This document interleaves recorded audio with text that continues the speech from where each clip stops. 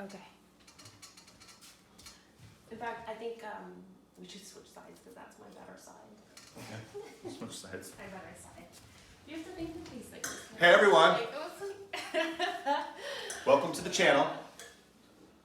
welcome to drinking wine on a Sunday at like 1 o'clock in the afternoon.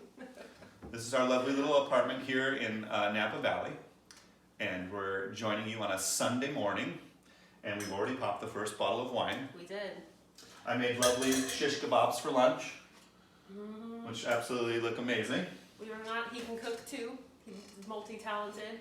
I've never done a wine review before like this. Like, we discuss wine all the time, but like what if I try something and I don't like it? Do I say so on the video? I mean, Yeah, it's like, if the wine sucks, you absolutely tell the that's truth like about it. rude. You just stay objective and you're like, it tastes like. One thing I've always had a beef about, like wine reviews, is that like people like bleed in the vineyard and they put their guts into it and they produce this wine for everyone to enjoy, and then like sitting behind a camera and like saying anything like negative about a wine. That's what I'm saying. Like, can you say like, what if it's like not good, and how do you?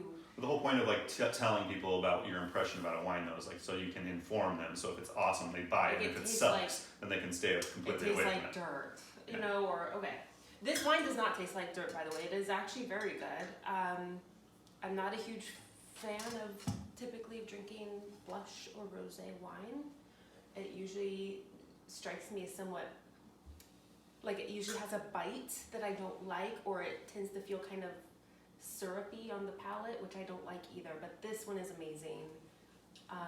The flavor is subtle, and I think the minerality is what's really beautiful in it. Domaine de Fontsainte Gris from Corbière. This is imported by my favorite little importer, Kermit Lynch Wine Merchant. Yes. And it's under $20.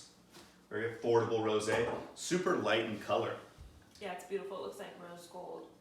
He brought this home one day, and I made a face because he knows I'm not a big fan of rosé, but he said to try it, and it was really, I was surprised.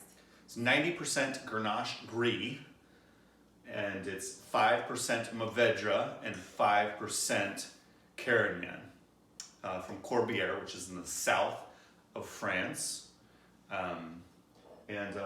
Corbière is kind of known for inexpensive reds and rosés that deliver an incredible quality for the price point. Usually Rhone varietals grow down there, meaning Grenache, Syrah, Mourvedre, Carignan, Cunha, different southern varieties known to be indigenous to southern France. Yeah, a lot of fun. It's a lot of fun to try things, and especially regionally. It's good minerality on the aroma profile. That's my favorite part of this one. I love it. And smell-wise, it's so subtle. You could say maybe like an unripe strawberry or a white peach. That's kind of what I pick up on it. Yeah. It's not overly fruity at all.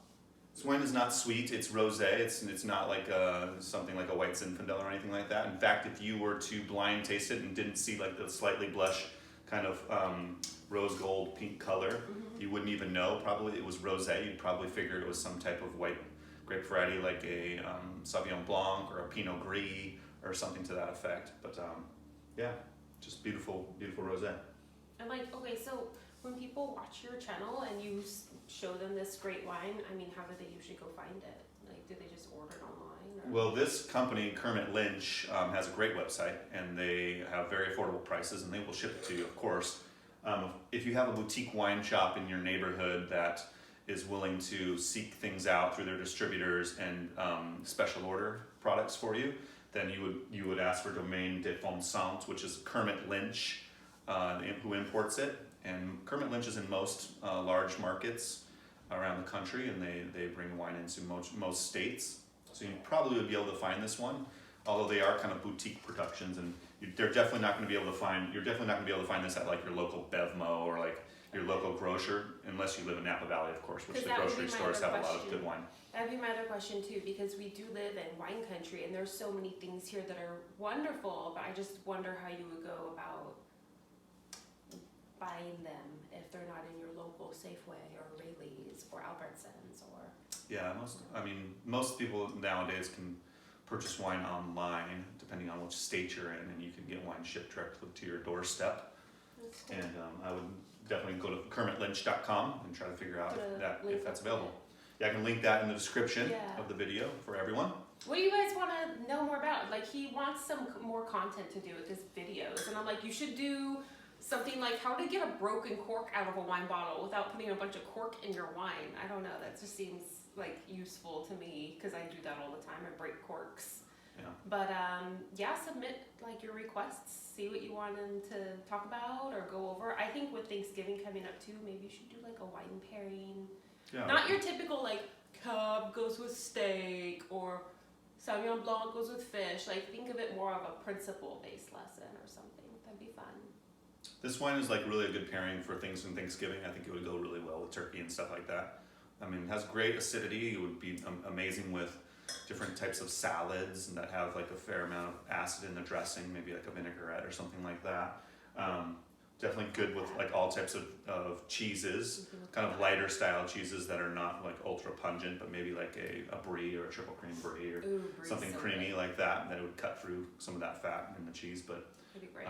or like maybe like an alpine cheese or like a goat cheese or something like that. This one would be pretty exceptional with great acid, kind of a lingering mineral finish, just a touch of different red fruits, but maybe like a faint hint of strawberry or like unripe strawberry, and maybe a little touch of like a cherry and cranberry. But yeah, just really beautiful wine.